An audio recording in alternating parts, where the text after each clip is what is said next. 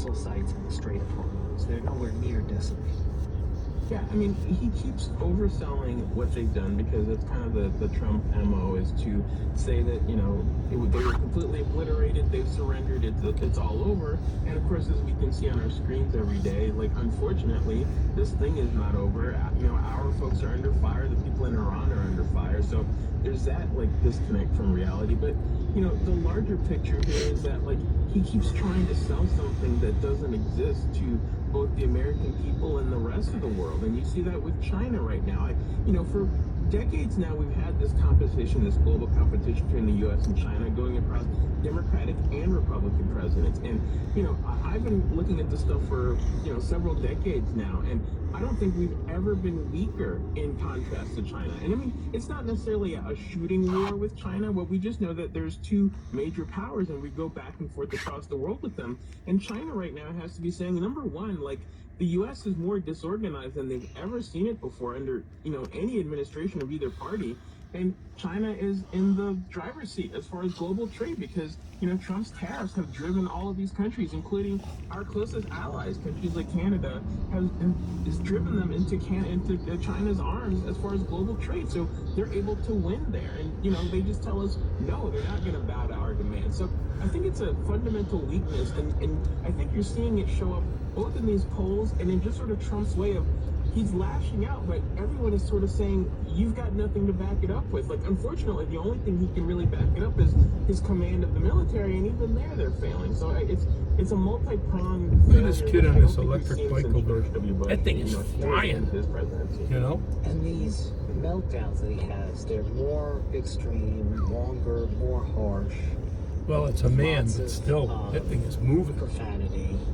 Yesterday, he called a reporter, I think it was the day before yesterday, right? You stupid person, just for asking about why he was focused on the reflecting pond pool. He calls it the reflecting pond. He actually calls it the reflective pond. Right? Like, he has these online meltdowns that are crazy. Now, today there was a story in the Wall Street Journal about the woman who actually gives him all the stuff that gets posted. Like, she prints it out and then she's posting the late night stuff, but then he's up early in the morning posting crazy stuff. He had a meltdown just the other day. Yeah, he goes on these and he just sort of reposts, you know, the most sort of vile, racist stuff. He's been posting stuff about, you know, arresting the Clintons, arresting President Obama, pushing, you know, these election conspiracies that, you know, I mean, these things have been debunked for years and years, but of course, he believes in them, and I think that's something people need to understand. He's just not, to me at least, I don't think he's pretending. I think he's truly dumb enough to believe in these things, and he sort of uses it as a way to, like, I guess, catharsis, because he can't make everybody bow to him. I mean, unfortunately, when he yells at the journalists like this, you know, you would think that a lot of them would go, okay, well, we're just gonna stop covering you like a normal president. We're gonna actually cover you like the deranged person you are. But that really hasn't happened among the mainstream press, even to this point, even when he screams and yells at them. So that's kind of his way to get it out of his system. And I'm sure behind closed doors, he's having these same kind of arguments with his underlings, because we know through past reporting, this is how he treats the people around him. So he's sort of in this isolated state. He's surrounded by a bunch of, you know, yes men and yes women, but beyond that, even his, you know, hardcore base, a lot of them are getting upset at him over things like Iran and gas prices. Like, these are things that they can't ignore anymore. And yeah, he does have most of them still on his side, but there has been some peeling off. I mean, you know, Marjorie Taylor Greene, his biggest cheerleader, has been regularly criticizing him. And this all irritates him. That's the thing. Like, he tries to pretend like it doesn't bother him. But unlike other presidents, I'll say, he doesn't know how to disguise his irritation. So he ends up lashing out publicly, whether on social media or just screaming at the cameras. And that just, again, it feeds into this image of him as this weak, petty little guy. But, you know, he thinks that he's still the tough guy that he always portrays him as in, like, his presidential portrait and whatnot. And I feel like we're finally seeing the online stuff, the Truth Social stuff.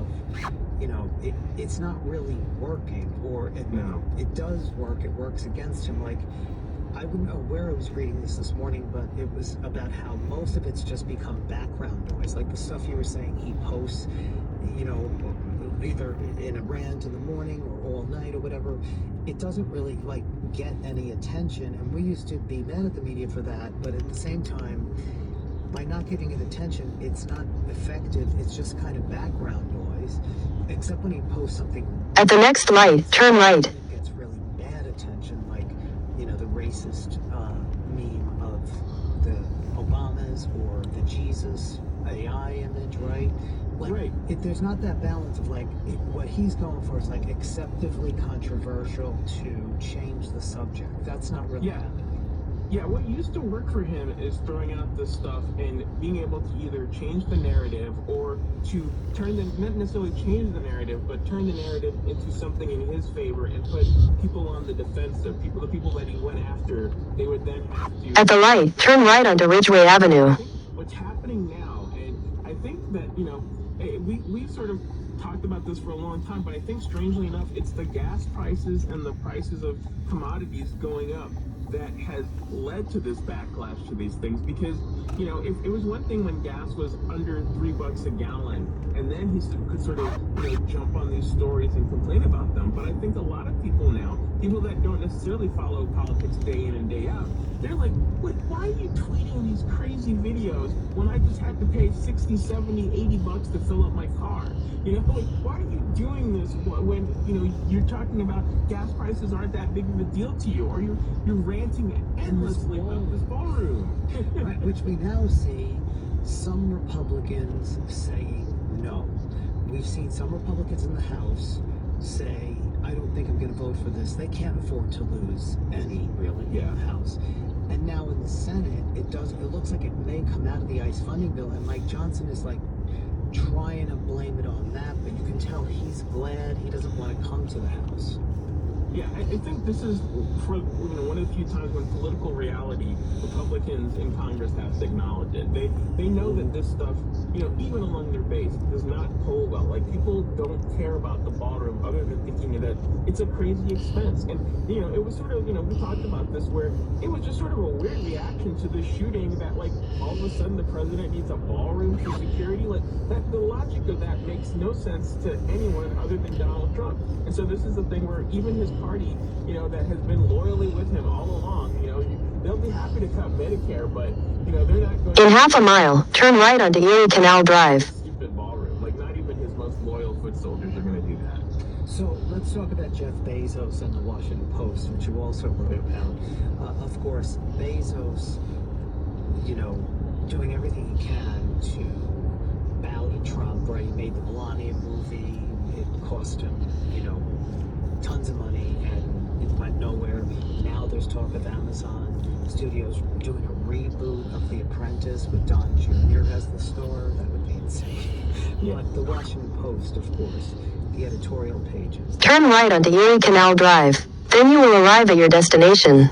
And they actually wrote about how there should be a counterpoint, a right-wing political figure You have arrived. that needs to be put up as a counterbalance to Alexandria Ocasio-Cortez if she decides to run for president. Like, wow, you're really giving her enormous visibility here. Yeah, I mean, I thought that, you know, if she chooses to run for president, this is probably the greatest endorsement that she could possibly dream of. You know, more than Bernie Sanders and Barack Obama combined. Is, you know, the Washington Post, owned by one of the 3-4 richest men in the world, like,